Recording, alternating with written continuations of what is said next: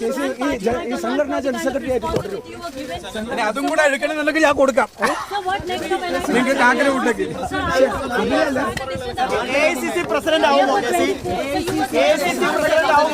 ഇതിനെ സർവാത്മന ഞാൻ സ്വാഗതം ചെയ്യുകയാണ്, സന്തോഷപൂർവ്വം സ്വാഗതം ചെയ്യുകയാണ്. കേരളത്തിലെ ജനങ്ങൾ വളരെ പ്രതീക്ഷയോടെയാണ് വൻ ഭൂരിപക്ഷം നൽകി UDF അധികാരത്തിലേക്ക് എത്തിച്ചിരിക്കുന്നത്. 102 അംഗ ഭൂരിപക്ഷം എന്ന് പറയുന്നത് സമകാലിക ചരിത്രത്തിൽ ഇല്ലാത്തതായിരുന്നു. അപ്പോൾ ആ ജനങ്ങളുടെ പ്രതീക്ഷകൾക്കനുസരിച്ച് ഒരു സർക്കാർ കേരളത്തിലുണ്ടാകും, UDFൻ്റെ സർക്കാർ. ആ സർക്കാർ നയിക്കുന്ന മുഖ്യമന്ത്രിക്കും ഗവൺമെൻറ്റിനും മുന്നോട്ടുള്ള പ്രവർത്തനങ്ങൾക്ക് എല്ലാവിധ പിന്തുണയും വാഗ്ദാനം ചെയ്യുന്നു. മുഖ്യമന്ത്രിയായി പാർട്ടി ഹൈക്കമാൻഡ് നിയമിച്ച ശ്രീ VD സതീശനെ അങ്ങേയറ്റം ഹൃദയം തുറന്ന് അഭിനന്ദിക്കാൻ ഈ സന്ദർഭം ഞാൻ ആഗ്രഹിക്കുന്നു. അദ്ദേഹത്തിന് എല്ലാവിധ പിന്തുണയും വാഗ്ദാനം.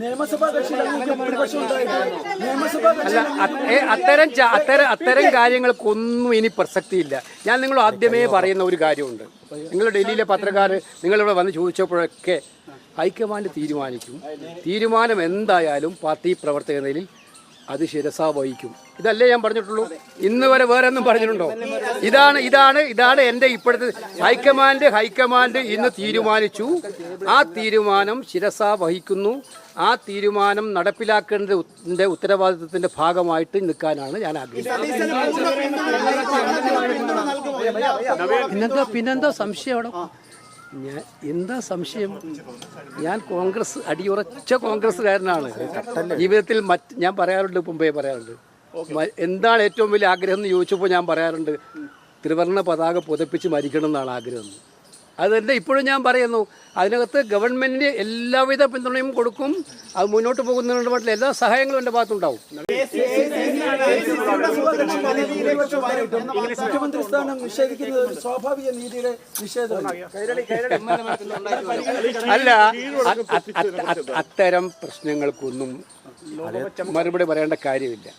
ഞാൻ പറഞ്ഞു, ഇത് പല സംസ്ഥാനങ്ങളിലും ഇത്തരം തീരുമാനങ്ങൾ പ്രഖ്യാപിക്കുന്ന ആളാണ് ഞാൻ. നിങ്ങൾക്കറിയാമല്ലോ, കർണാടകത്തിലായാലും തെലങ്കാനയിലായാലും ഹിമാചലിലായാലും ഇത്തരം തീരുമാനങ്ങൾ പ്രഖ്യാപിക്കുന്നവരാണ്. കേരളമായതുകൊണ്ടാണ് ഞാൻ പ്രഖ്യാപനത്തിൽ മാറിയുന്നത്. അപ്പോൾ ആ പ്രഖ്യാപനത്തെ പൂർണ്ണമായിട്ടും അംഗീകരിക്കുക എന്നുള്ളതാണ് ഒരു കോൺഗ്രസ് പ്രവർത്തക എന്ന നിലയിൽ ഏറ്റവും ഇഷ്ടപ്പെടുന്നത്.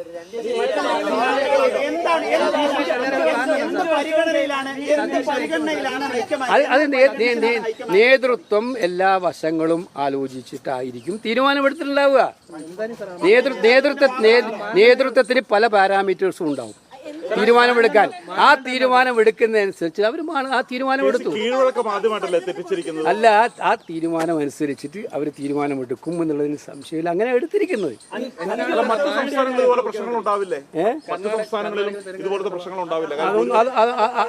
അതൊന്നും ഉണ്ടാകാൻ പോണില്ല. കോൺഗ്രസിനെ അങ്ങനെ ഒരു പ്രശ്നം ഉണ്ടാക്കാൻ ആർക്കും പറ്റത്തുമില്ല.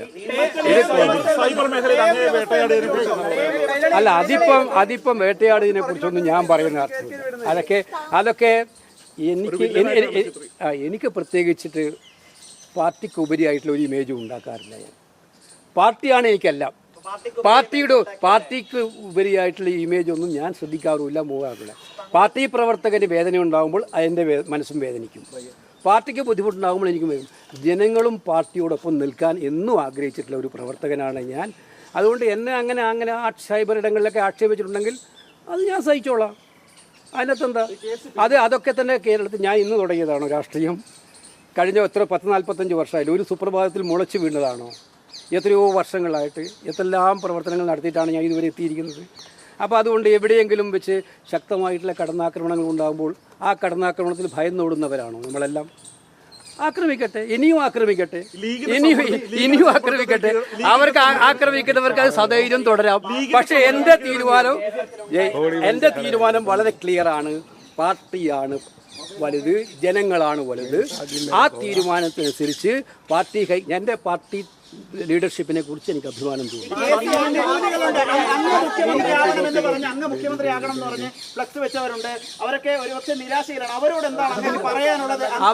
അവർക്ക് എൻ്റെ ശൈലി അവർക്ക് നന്നായിട്ട് അറിയാം. അടിയുറച്ച പാർട്ടിക്കാരനാണ്. എനിക്ക് പറയാനുള്ളത്, ഈ തീരുമാനം അംഗീകരിക്കുന്നതിനും മുന്നോട്ട് കൊണ്ടുപോകുന്നതിനും അവരെല്ലാവരും കൂടെ ഉണ്ടാകണം എന്നുള്ളതാണ് എനിക്ക് പറയാനായിട്ടുള്ളത്. ഞാൻ അങ്ങനെ ഞാൻ പറഞ്ഞോ? അല്ല, ഇന്നത്തെ ദിവസമെങ്കിലും അങ്ങനെ ഒന്ന് കുത്തി ചോദിക്കാതെ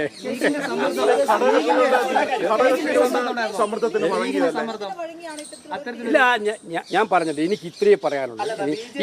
ഇത്രയും നിങ്ങൾ കുറേ ദിവസമായിട്ട് നിങ്ങളിങ്ങനെ വരും, എനിക്ക് നിങ്ങളുടെ മുമ്പിൽ കാണാൻ പറ്റാറില്ല. അതിന്റെ പ്രയാസമുണ്ട്. അവിടെ ഇന്ന് ഇത് കണ്ടിട്ട് നിങ്ങളോട് പറഞ്ഞത് ചോദിക്കുന്നതേ ഇപ്പൊ BJP ഒക്കെ ആക്ഷേപം ഉന്നയിക്കുന്നു, ലീഗിന്റെ സമ്മർദ്ദം എന്തുകൊണ്ട് വന്നു, അങ്ങനെ സമ്മർദ്ദം BJPയുടെ ആക്ഷേപമൊക്കെ വെറുതെ വൃഥാവിലുള്ള ആക്ഷേപം. BJPയുടെ ആക്ഷേപത്തിന് ഞാൻ മറുപടി പറയുന്നത്, അവരെല്ലാ കാലത്തും കോൺഗ്രസിനെ ആക്ഷേപിക്കുന്ന ജോലിയിലേ അവർക്കുള്ളൂ. അവർക്ക് വേറെ എന്താ ആക്ഷേപമുണ്ടോ?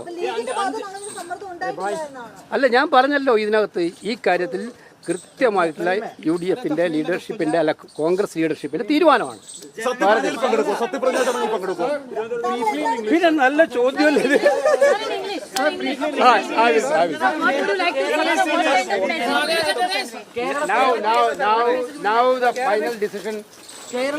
Now the final decision having come. Congress High Command decided VD Satish as the Chief Ministerial candidate for Chief Minister for Kerala government. Wholeheartedly I am welcoming that decision. I am congratulating VD Satish for this position. I think that people of Kerala has given a big verdict for the UDF. The government under the leadership of VD Satish can fulfill the aspirations and promises of the people of Kerala. Certainly we are totally with the government of Kerala. So what discussions were held? What do you like to say? 2 hours meeting was held with Rahul Gandhi, Priyanka Gandhi was also present. What was the discussion, sir? Both of them are discussing about the situations and the decision making process. How they called me and they asked me my opinion, and we are all discussing with that. There were several posters also installed at AICC, NSUI. Supporters wanted you to be the chief minister. Many MLAs wanted you, more than 40 plus. What would you like to say? I'm thanking for the MLAs, party workers, party functionaries for that support they have given to me.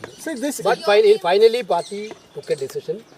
As a sincere congressman, we are all behind the party. Will you be going to Canada? in order to So your name was coming up first during the entire race. Why do you think VD was chosen in the end? So when you will be going to Kerala, sir? So when will you be going to Kerala? What would you like to say? No individual. Sir,